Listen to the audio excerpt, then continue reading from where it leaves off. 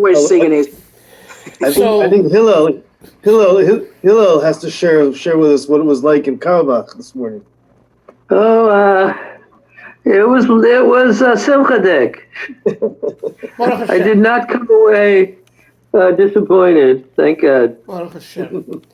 So this year we have 60 days of Simcha, as you know, and the Rebbe always, when he spoke about this, he mentioned the concept. The halacha says in the laws of basar v'chol, of meat and milk, and one drop of milk in a pot of 60 times as much meat or soup, fleishik soup, is bottle. It's called bottle b'shishim.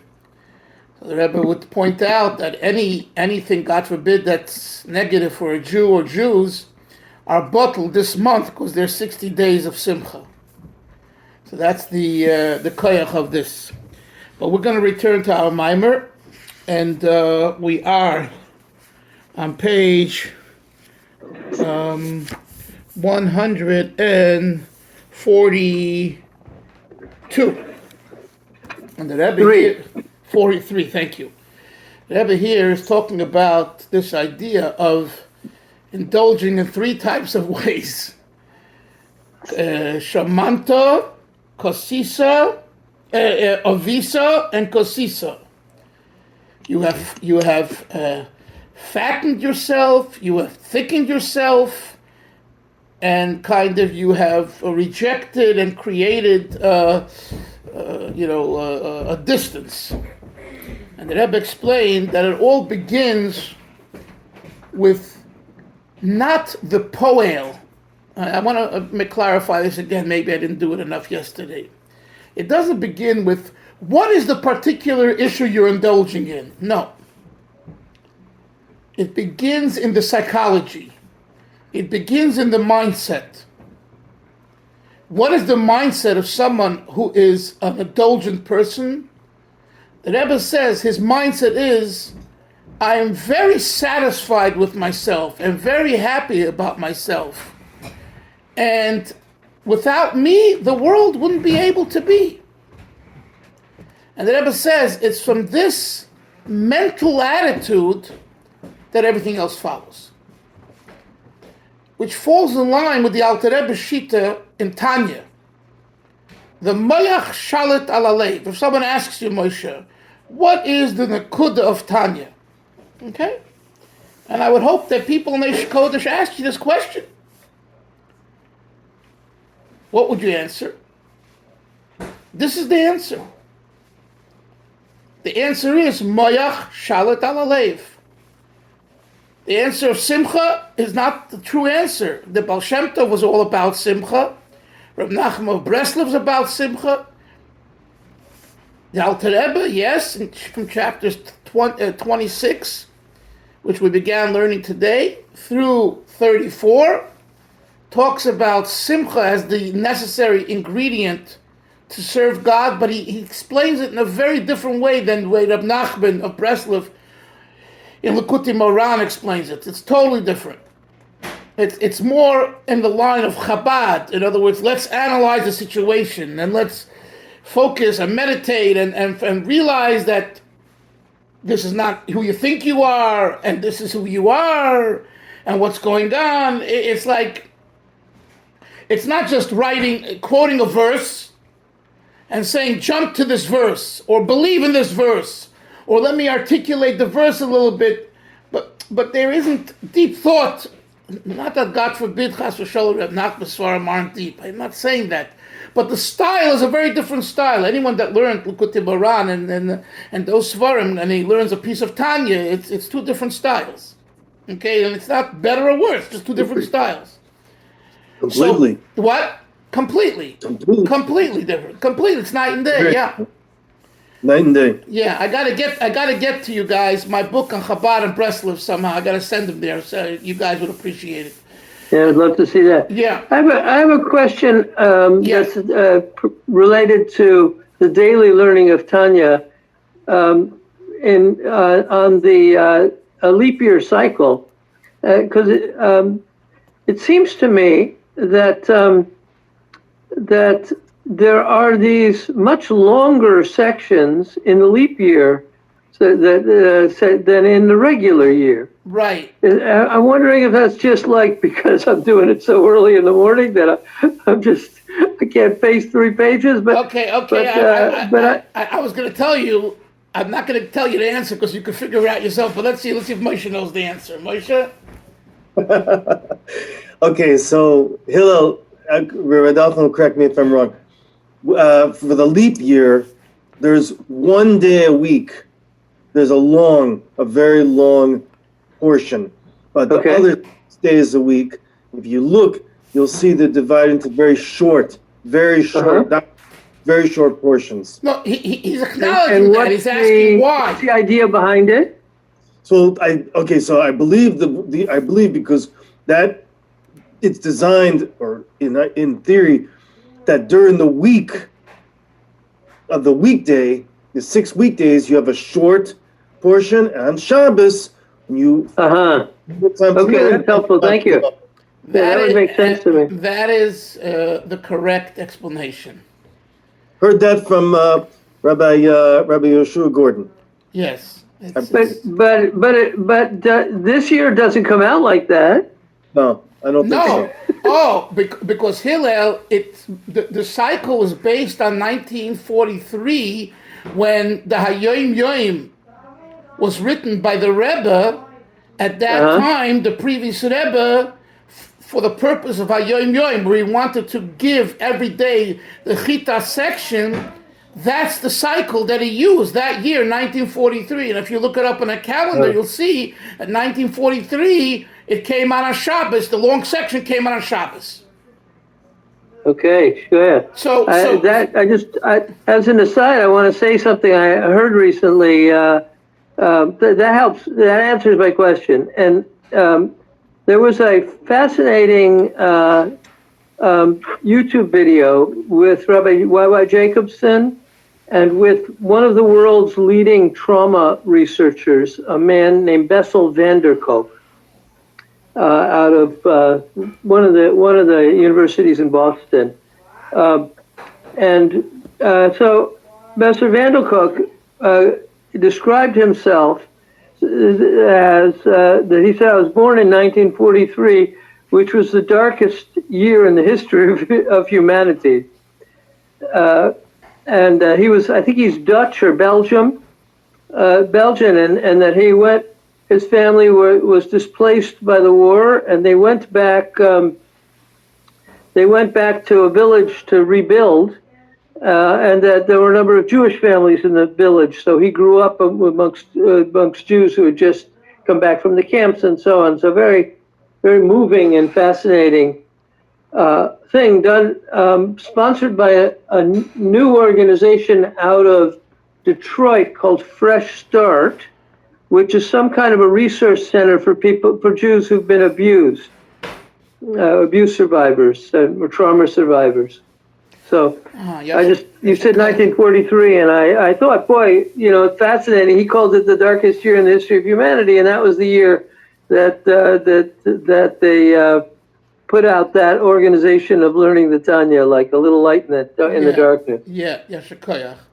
So anyway, that's the reason for that. Going back to the Nekuda, so what is the essence of Tanya, of Chabad Hasidus? Because the Tanya is the credo, is the Bible of Chabad Hasidus. It's Moyach Shalat HaLalev. That the mind has the ability, and the Alter Rebbe adds even a word in chapter 12, B'toldusai, genetically, to control the heart.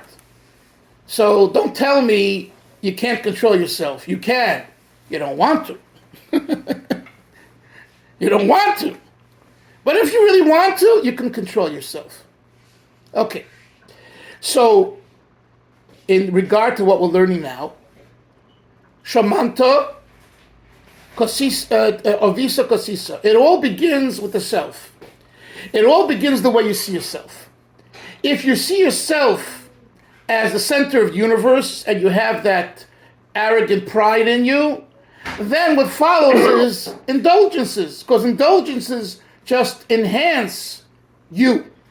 And that also brings about jealousy, Not in other Maimorim that we've learned, I refresh your memory, the previous Rebbe taught us where there's someone who can even be kind of jealous and upset that his own wife and children have. Why? Because he's so self-centered that he can't even afford them to have, even though they're his own flesh and blood. But they're not. They're not his flesh and blood. He is closest to himself. To quote the Gemara, Adam Karov Eitzel Atzmai.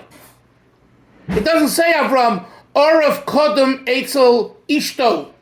Adam Karov Eitzel Beno. A man is close to his child, to his wife. Eitzel Atzmo. So since it's Eitzel Atzmai, therefore, the way you feel about yourself and think about yourself and to yourself, just to yourself, that's the way everything else falls into place. And Moshe and I don't want to go into this, just as an aside, that explains what I sent you yesterday, that article you asked me for, where the woman says, she was a good Beis Yaakov maidel, she says, a good Beis Yaakov girl to the outside. And then when she benched Licht, and she was to herself, she felt her humanity was lost because she was abused. When you're to yourself, that's when you know the truth. Both in these issues and in healthy issues. So the Rebbe here, makes a point, because it's interesting, you don't find this type of discussion in other Maimorim. Here, because usually it talks about, what are you indulging in? A, B, C, why, and all that. Here he goes back to the cause of indulgence. And the cause of indulgence, he says, is because you consider yourself so special that you have a right to do what you want. Like you're a Kaviyachol, God to say this, but you're like a second God. And since you're a second God, therefore, you can do what you want. So this is the cause. And from there we have the three positions of Shamanto, Kosis. He calls that the position of Shamanto. You fatten yourself. Avisa, then he goes to the second Psalm 143. Avisa, he says, this position, this belief, this ideology, Shenase of Vagas, makes you thick. And he says in Yiddish, die Zufriedenkeit macht ihm grob chumridig. It makes you coarse, corporeal. Und as der Lust nicht kein hergisch nuchri. It doesn't allow any sense, any feeling, one second, Moshe, of spirituality to be felt. Why? Because you take everything in a grub way. There are people, it reminds me, just one second, it reminds me of, I told you this years ago, but it's someone of Yoel Khan was giving a shir in Chassidus here in Borough Park, and he was talking about Atzilus and Bria, the four worlds, and someone in a sincere way raised his hand, a Chassidish guy, he says, Reb Yoel, where can I find Atzilus? I would have answered, go into Sears and pay $5, you'll get Atzilus. The whole question is absurd. What do you mean, where can you find Atzilus? Find yourself. And if you find yourself, you find Atzilus. Either you will or you won't. I say this because the Rebbe says here, look at this, he says here, he's bereft of a hergish ruchni. Why? Because everything he does and the way he approaches everything is grub. In other words, not only in grub things and coarse things, even in Yonason and things that are davening and learning, he goes about in a grubkeit.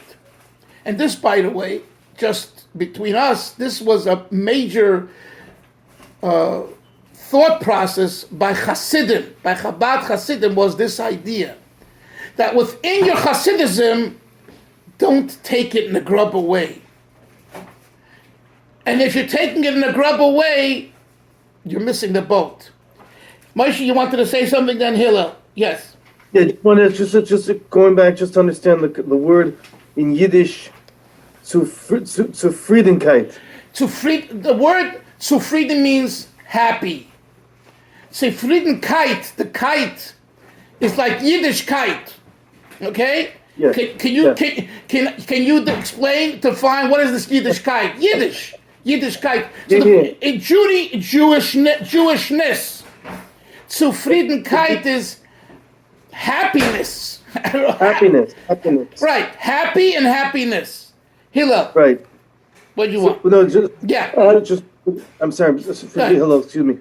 No, this is Rabbi Dolphin. So, just in this context, in the sentence, "Shenase av vegas die Zufriedenkeit Macht ihm macht grub. ihm Gott."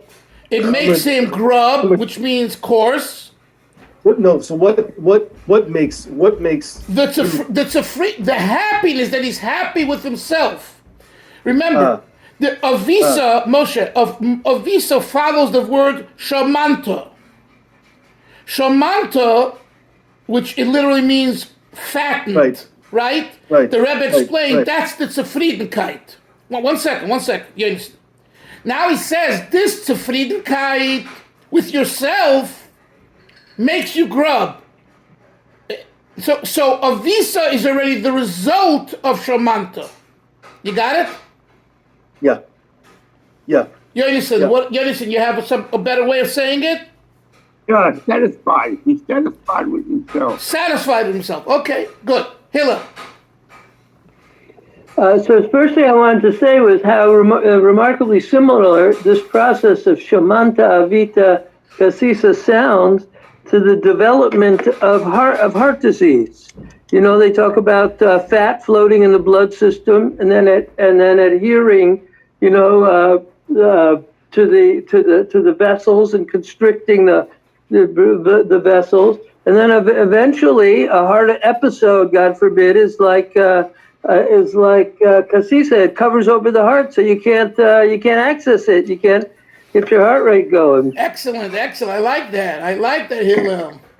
No, that's great. Great mushroom. The other thing I wanted to say was a story I read on Shabbos that you reminded me of with the question about Atzilus.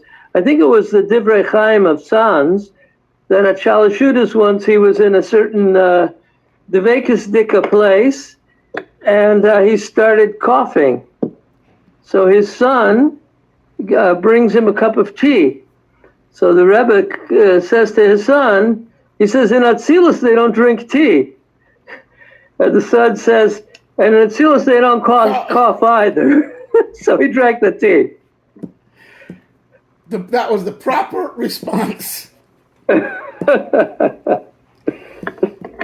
It's all the paradigm, the perspective, By the way, the Alter Rebbe says in Igeres HaKodesh, when he talks about Gan Eden, he says, Yosef smelled Gan Eden when he went into the room over there.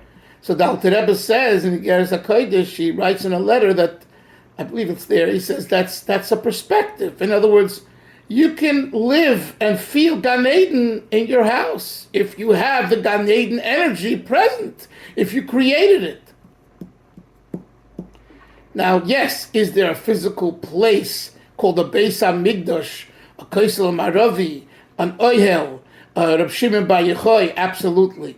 We don't discount that. But don't let that limit you to feeling the presence. That reminds me of something else I should tell you. In the early years, in 1950-51, of the Rebbe's leadership, so one of the things that Hasidim saw in him, that he's a Rebbe, is that he went to his father-in-law's gravesite, the Ohel, to pray on behalf of people who requested him. And that wasn't smooth sailing. It took a while for him to accept that, but that was one of the things. In other words, that the Chassidim felt that he sees the previous Rebbe as a source, and he sees himself as connecting to his father-in-law at his gravesite. And the language that the Rebbe would answer people, both in writing and verbally, was Askir al Hatzion, Ayin Hey, Ditto Sadik. You'll see that many times in letters. I will mention you Askir is Aleph, but it's Al Hatzion. Ayin. Al Ha-Tzion. So sometimes there would be an Aleph in front, sometimes not. Anyway, so someone asked the Rebbe, you didn't go to the Ohel this week. How could you answer me Askir Al Hatzion? So the Rebbe, somebody asked, so he says, I already mentioned you this week at the Ohel. Al Hatzion. So he said, Rebbe, you didn't go this week, you didn't go to the Ohel. And the Rebbe said to him, it was in my room. There is Al Hatzion literally standing in Queens at the Ohel. And there is Al Hatzion if you make that the reality of your life in that situation and you're that type of person and that refined, it's in your room in 770 on Eastern Parkway. Now, it's you have to be you have to be a tzaddik and a person. Okay, let's continue. So that's why he says Shavisa is because you didn't create because you are satisfied with yourself, like Yonason said. Therefore, you're corporeal and coarse. Until he becomes, God forbid, kosisa, the third stage. And now he explains what kosisa means, what he means with kosisa. As es is mechase gam haseichel hanushi, that it covers the seichel hanushi. So Hillel, what I want to add to what you said earlier, it's not just a cover-up of the truth. It's a cover-up of Gam HaSeichel HaAnushi. And what's the point here, Avram? Logic dictates, live life, be normal, be healthy, be happy. When you lose your seichel, your human intelligence, forget it. Things go bonkers and everything is topsy-turvy, upside down. Says the Rebbe that the satisfaction that you have from yourself leading to coarseness ultimately leads that even human intelligence, not godly intelligence, human intelligence, logic is lost, is covered. And when that's covered, everything goes out the window. Because the dictates of logic, what is proper and what is not, don't apply. That's what he says is the meaning of kasisa. In Yiddish, again, as es is mechase. Mechase is a Hebrew word that it covers. Gam ha-seichel anushi, also the human logic. Shenase neifel b'chol ra, and ultimately he falls into all evil. Not just indulgences that are permissible. Rahman litzlan. Let's continue. V'nimtza the heder avodah husibis his gabrus hachumnius.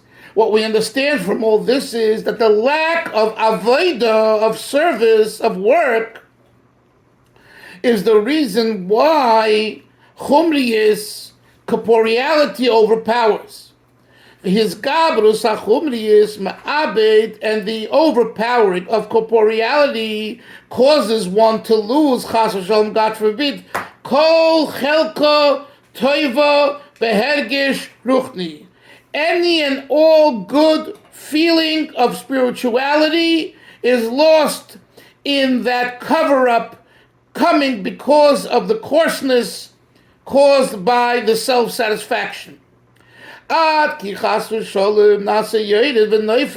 God forbid the person becomes a yored, yerida, descends, v'noifel, and falls, Rahman l'Islam. Okay. Now, omnam, however, kasher lies minaitim, when from time to time,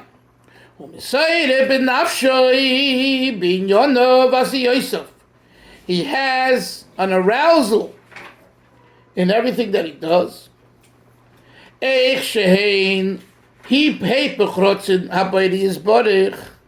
Somehow, he wakes up in the morning and he says, what I'm doing is so contrary to what Hashem wants. It's a thought that comes into him. Guess what? Hashem just sends it. He didn't earn it. In fact, his seichel enushi, his human intelligence, is covered. But somehow, it comes. Ve'eich shehu sonui l'mayla b'tachlis. Very, very strong language.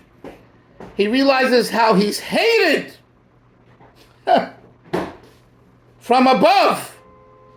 Absolute. It's such a strong language. Wow. What's that he's hated? What he's involved with is such a hateful, it's disgusting. And it's contrary to Hashem. Mismarmer benafshay. When one realizes at that moment, this is the position of God towards me because of what I'm doing, he becomes bitter. Mismarmer. The word maror. Frustrated. Shav Lashem b'chol liba, and he does tshuva completely. Uvoli deidar ki avoid, and then he starts working on himself. Uksiv, and it says, 1 second, please. V'shav, he does tshuva v'rafaloi, and he's healed. Yes, Moshe. Yeah, I'm sorry to bring us back for a second. Yeah, but, go ahead. I can't help but think when we just learned this just now, that he becomes bitter. His behavior is hated. It becomes bitter. But Moshe, no. When he realizes that what he's doing is hated, he becomes bitter in the sense of frustrated, and he does tshuva. Okay, so never mind what I was gonna. Okay.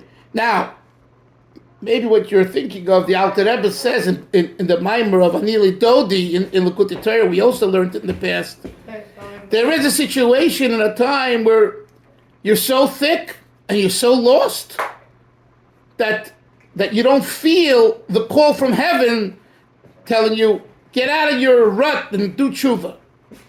Here the Rebbe is saying, the previous Rebbe is saying, that although he's so covered, he's so coarse, from time to time he can feel a sense of awakening to stop. So therefore he becomes frustrated, and he realizes that what I'm doing is disgusting, and he becomes upset with himself. It can get even worse, where you don't even feel that. He doesn't discuss that here. He discusses it over there briefly in that Maamar.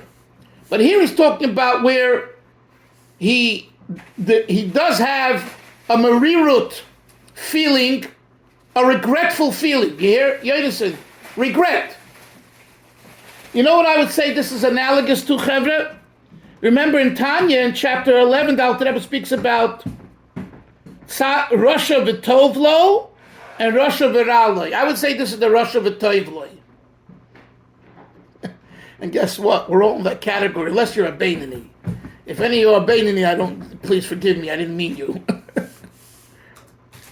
We are Rasha v'tovlois with the potential of Beinani. Right? So, what's the Rasha v'tovloi? The Alter Rebbe says there in chapter 11. He says there, what it is, I messed up now, but from time to time, I say, I got to get out of it. That's what he says here. Here he just puts it in these graphic words where, no one's going to say, hey, I'm hated by God. No, I'm not hated. But when we do something that's shamta, shamanta, avisa, kasisa, that action is hated and disgusted. Yeah. With your yarmulke and your beard and everything else and your shul. But in that area, you meet the guidelines. The difference is that we say, if so, I don't want to be there. I'm going to do tshuva. And what does it say at the end? V'shav v'rafaloi. He returns v'rafaloi, and he's given healing. Okay, Chevra, everyone, yes, you're innocent. Two things. The second Nushe normally translates common sense.